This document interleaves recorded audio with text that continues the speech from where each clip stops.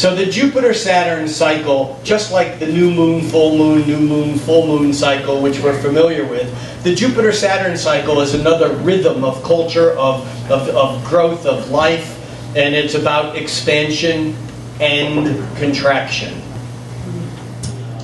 Jupiter is expansion, Saturn is contraction. Astrologically, Jupiter is the planet that makes things seem bigger. It grows things. It's considered to be the greater benefic. It's good because it takes something and makes it into something bigger, which is wonderful.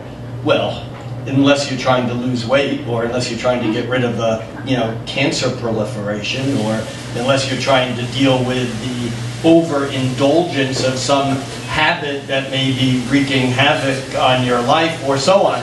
In other words, I said this before, too much of a good thing isn't always a good thing, but Jupiter doesn't care about that. Jupiter just makes things bigger, better, more, and it's expansive. Saturn, on the other hand, is the planet of contraction. And again, sometimes contraction or pulling back is just what the doctor ordered. Sometimes pulling in and getting serious allows us to do the work that we haven't been doing. Every 20 years, Jupiter and Saturn line up, kind of like a new moon. Jupiter catches up with Saturn, and from Earth's point of view, there's a conjunction. 10 years later, they're opposite each other with Earth in the center, and it's kind of like they're at their full moon phase, and it's Jupiter-Saturn opposition.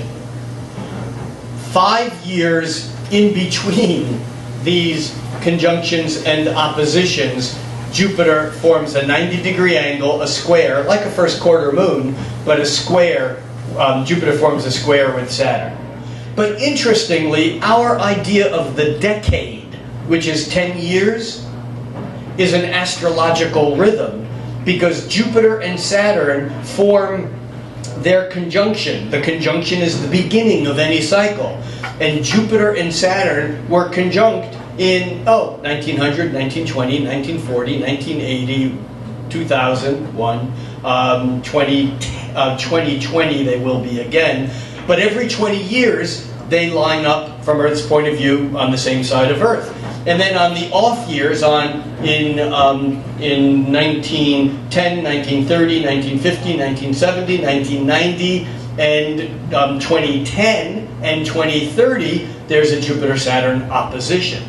It's why every decade has a different feeling from the decade before. When Jupiter and Saturn are working well together, when they're harmonized, it's like everything seems to be happening at the exact right rate. And so what happens when Jupiter and Saturn are square, like they are now, is that we have conflicts or stresses in our life, either from moving too fast. Jupiter, if you blow up a balloon too much, it pops.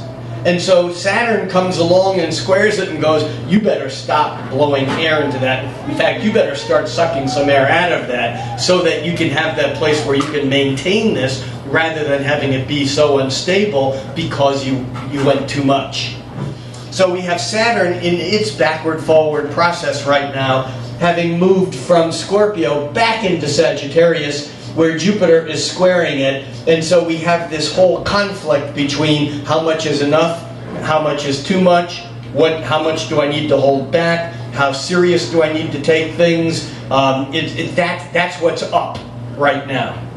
Except because of the nature of how these planets move, Jupiter's moving faster than Saturn, and Saturn will basically turn direct, and then Jupiter will turn retrograde, and these guys will move in and out of this exact square again on March 23rd, 2016, and then again for the third and final time on May 26th of 2016. So we will be revisiting the issues that we're facing right now, both personally and economically, globally, and socially, of this whole dance between expansion and contraction. And the more we can understand and the more we develop a plan to work with that real constriction, blockage, dam of Saturn, the better and easier it will be in the long run of how this whole thing unfolds.